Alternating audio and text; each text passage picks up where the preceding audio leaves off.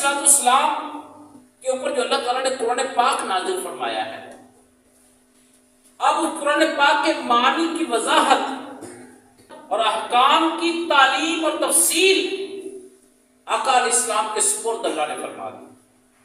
سورہ نحل کی آیت نمبر 44 ہے، 14واں پارہ ہے۔ اللہ رب العزت فرماتا ہے وَأَنزَلْنَا إِلَيْكَ الذِّكْرَ لِتُبَيِّنَ لِلنَّاسِ مَا نُزِّلَ إِلَيْهِمْ۔ فرمایا کہ وَأَنزَلْنَا إِلَيْكَ الذِّكْرَ، میں کہ یہ ذکر قرآن نصیحت والی کتاب اے محبوب ہم نے آپ کی طرف نازل فرمائی۔ یہ کس لیے فرمائی؟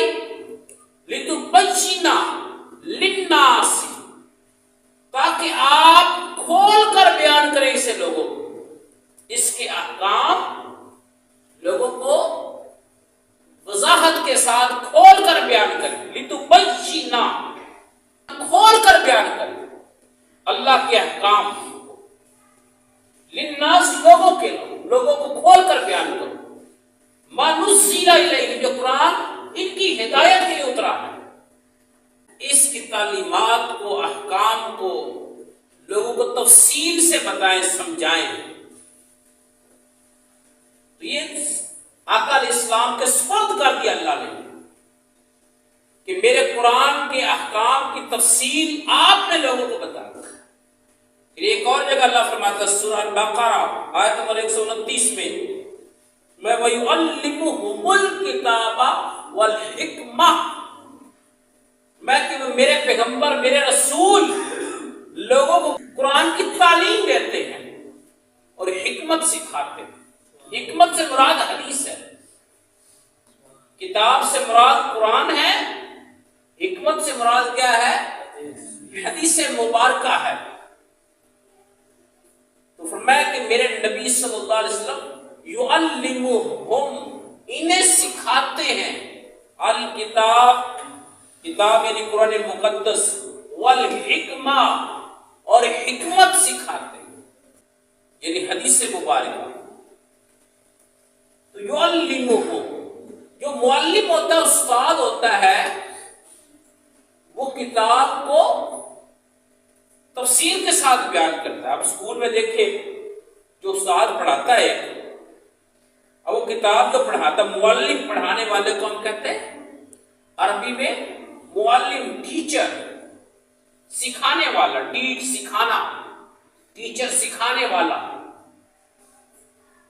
تو حضور معلم ہے، جو استاد کتاب پڑھاتا ہے اسکول میں، کوئی بھی سبجیکٹ پڑھاتا ہے، سائنس کا ہے، فزکس ہے، کیمسٹری ہے، بایولوجی ہے، کوئی اور سبجیکٹ ہے، میتھ ہے، جو بھی بک لے لے، کیا وہ صرف ریڈنگ کرواتا ہے؟ بولے کیا ریڈنگ کرواتا ہے؟ جو کچھ کتاب پہ لکھا ہوتا ہے بالکل وہی کچھ پڑھ کے اپنے اسٹوڈنٹس کو سناتا ہے؟ کیا سمجھاتا ہے، اپنا علم شیئر کرتا ہے، اس موضوع پر جو علم اس کے پاس ہوتا ہے وہ کیا کرتا ہے؟ شیئر کرتا ہے۔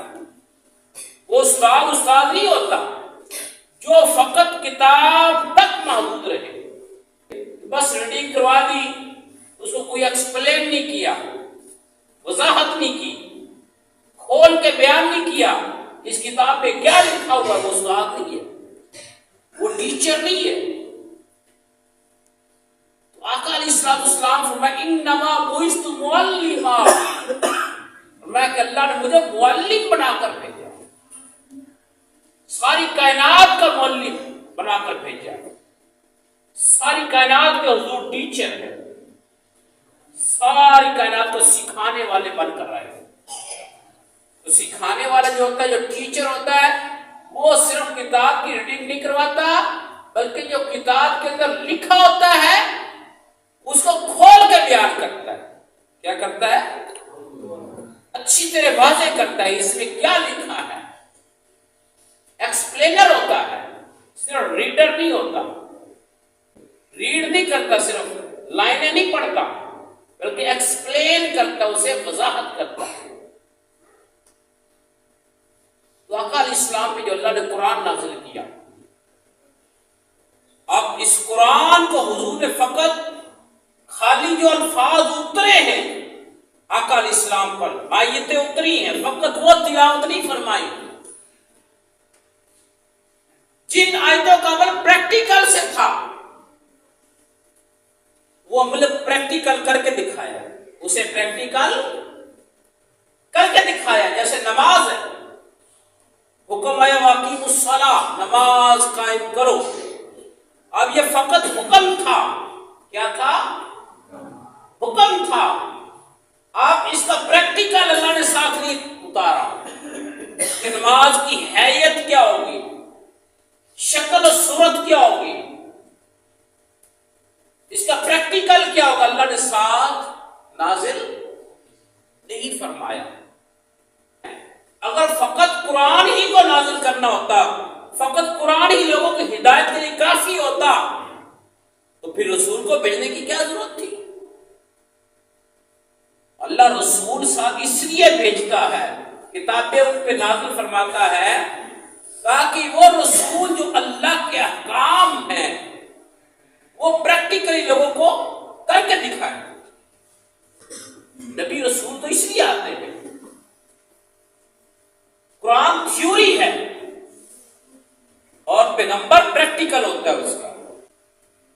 تو اگر کوئی چلتا پھرتا قرآن دیکھنا تو آقا علیہ السلام کی ذات ہے۔ کتاب کی صورت میں قرآن یہ ہے جو ہم آپ پڑھتے ہیں، ہماری مساجد میں، گھروں میں ہے، یہ کتاب کی شکل میں قرآن پاک۔ اگر کسی نے کوئی پریکٹیکل قرآن دیکھنا ہے، پورے قرآن کی اپنی تفسیر دیکھنی ہے، وہ آقا علیہ السلام کی ذات مقدس ہے، آقا علیہ السلام کی سیرت طیبہ ہے۔